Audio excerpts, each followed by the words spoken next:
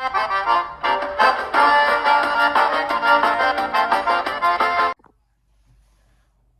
how we doing, everybody?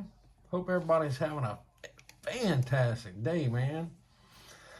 Hope everybody's having a wonderful weekend. Man, I have been super busy, y'all. Gosh, dog. I just now got a minute to sit down, and looks like I'm gonna be tying jigs till way late in the evening. But look, I got something special for y'all today. I call this bad boy the crazy crawfish, y'all. I do a lot of fishing in the South, right? I do a lot of fishing here in Texas. I do a lot of fishing in Louisiana, all right? So I fish Louisiana and Texas. Even when I'm, in Texas, heck, I mean, I'm not very far from Caddo Lake, not very far from Toledo Bend. Within an hour and a half, I can be to Sam Rayburn, Toledo Bend. Heck, I can be over to Lake D'Arbonne in Louisiana. So I do quite a bit of fishing in Louisiana when I got a time. But y'all, crawfish is actually a big part of a crappie's diet throughout the year, especially in the southern states. And crawfish, if you really look into it, research it, crawfish, they change colors depending on, the time of year, depending on their diet, all right, depending on the water color. So, I mean, they start out almost like a pumpkin green type color. And as the year, goes on and the water warms up, they turn more of an orange or red color.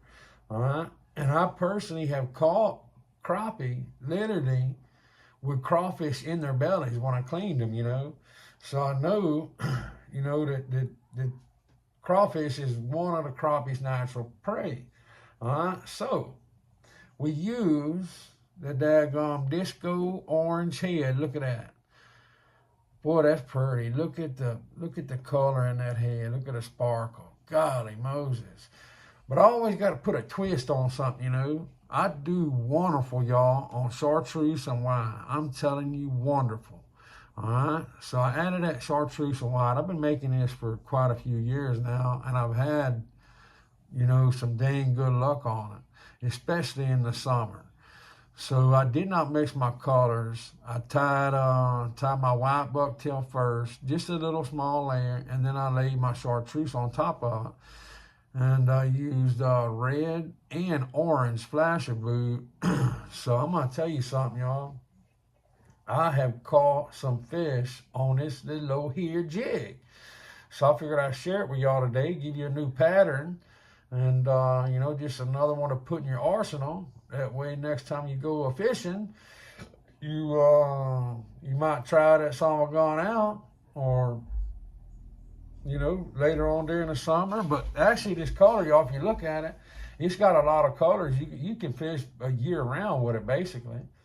So I try to do that with a lot of my jigs, try to make them, they're universal. You can fish them, in several of my jigs. You can fish them, in all water situations, especially the way you build your thread up around the head, different, body colors, different, different flashes. I mean, it really makes a difference in that jig, y'all. So when I go to make a jig, and I go to using it and checking it out, if I just come up with a random head, a color or a scheme that I like, I fish with it, for a couple of months, before I even bring it out or even put it, for sale. So each one of these have been tried out, and I've had success with them. So look here, guys and gals, we're going to start with Danville 210 flat wax thread. All right. Take your little tag line. Follow that sucker all the way from the base of your head to the tip of that hook. Now, to me, this is the most important step of this whole jig, y'all. Everything ties into this base layer. All right. This is a foundation. Think of it as like building a house. This is a foundation of everything. It'd be just like building a shady foundation on your house. What's going to happen? It ain't going to last, right? So you want to make sure and have a nice, even bed of thread to be able to tie to it, y'all. Nice and even. If not, you will have issues. All right? And you don't want nothing coming loose. You don't want to deal with all that. So it's best just to get that right, straight from the jump street.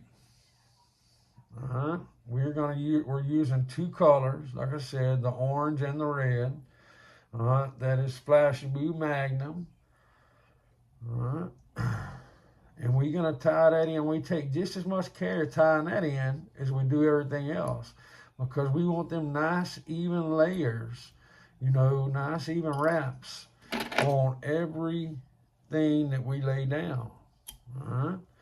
Once we get that done, we're going to come back and we're going to double check and make sure none of them are the same length. All right? One or two of them more. If they are the same length, they will stick together. So make sure every one of them's a different length, y'all. You want that to, you know, give you as much action, as much movement in the water as possible. So,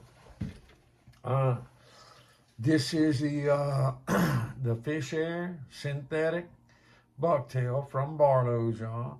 We're going to take us about 12 strands or so. That's just a rough estimate, not much, because we are going to fold it over.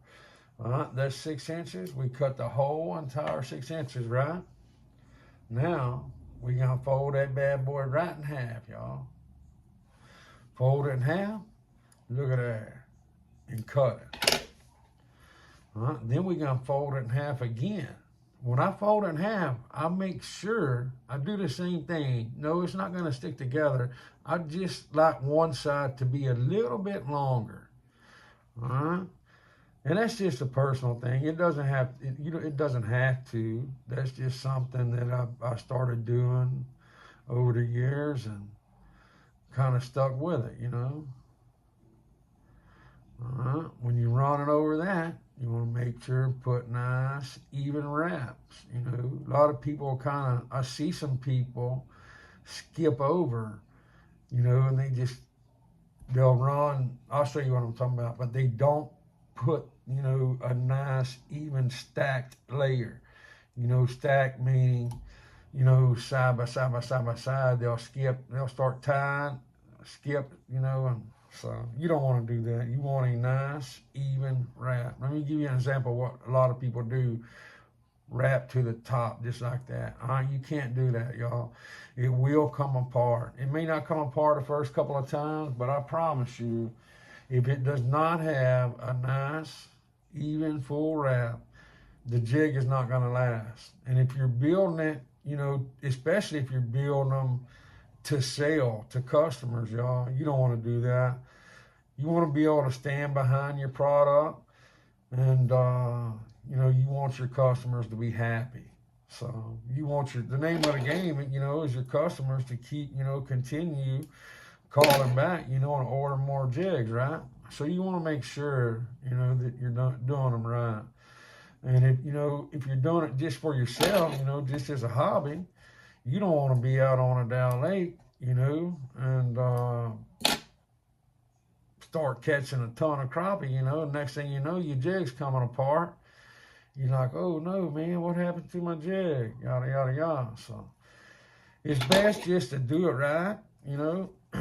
It may take a little bit longer, but it's well worth it.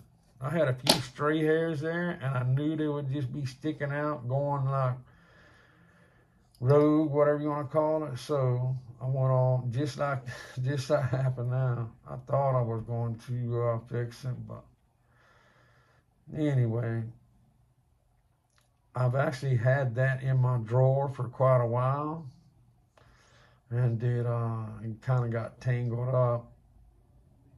When I pulled it out, I wasn't very careful, so Oh, yeah.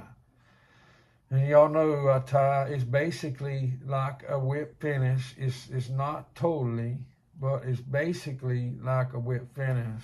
It's just a knot, a tie. And I do that, you know, I know most people know by now, but for new viewers, I do that because I don't like to use any type of glue. Yes, I learned to tie with, you know, with glue, but over the years I got away from it. So I just not a big fan of it. So, look at here. We are going to use a few strands. When I'm saying a few, not many. Matter of fact, I'm going to count them out for you. I'm using 4 strands of the orange Krystal flash, y'all. All right? I lied. I'm using 5. Sorry about that. I'm using 5 of them. I folded them over. All right? We're going to go ahead and cut those. All right?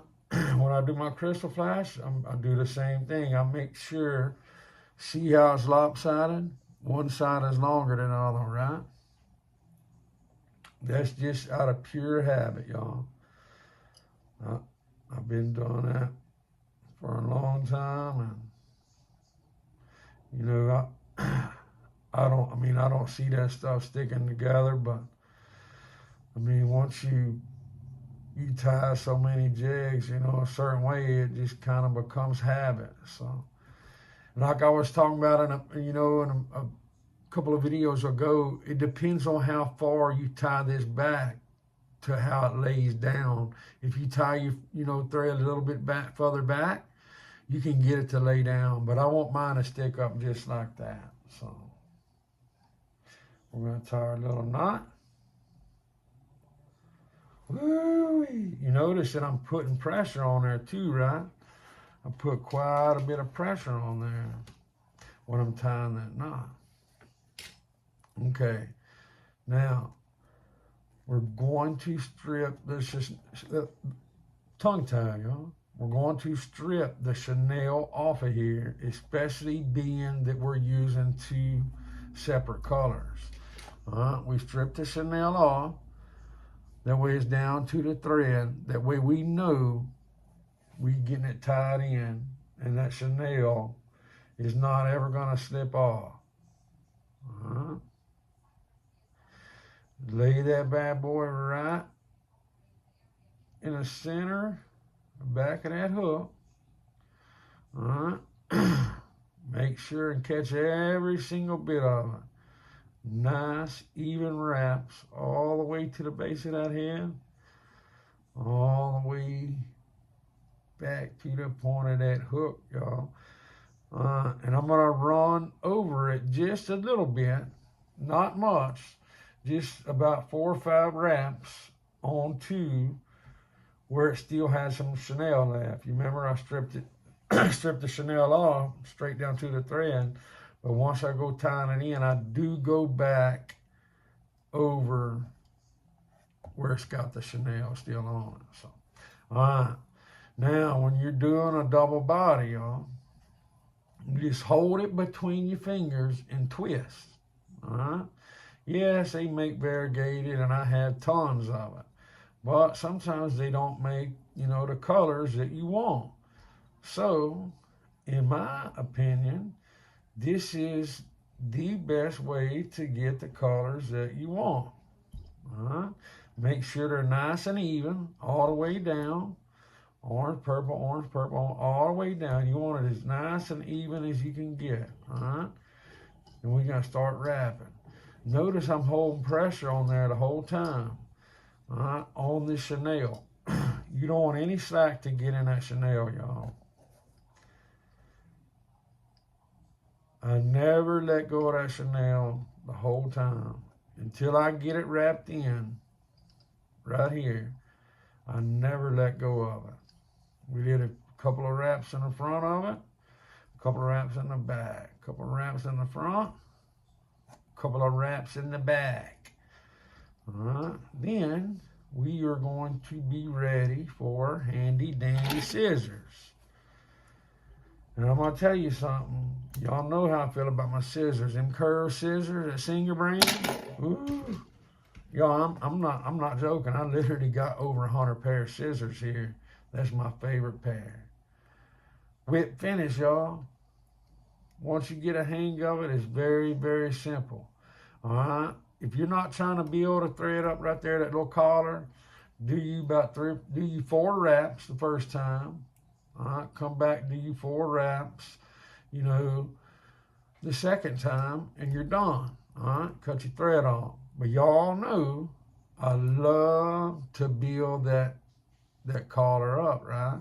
I want the crappie or any kind of fish, you know, crappie, bass, perch, whatever. I want them to be able to distinguish that color difference right there, right? To me, that is a game changer, y'all.